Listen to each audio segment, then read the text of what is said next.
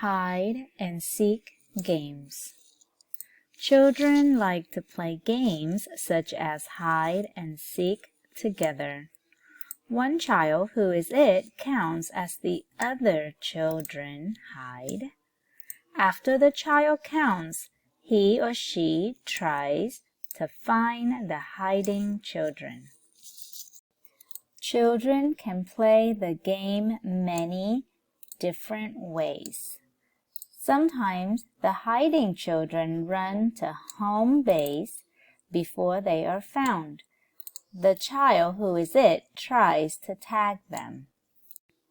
Sometimes children who are found help the child who is it find others.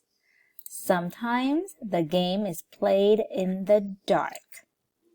What kind of rules will you have the next time you play hide and seek?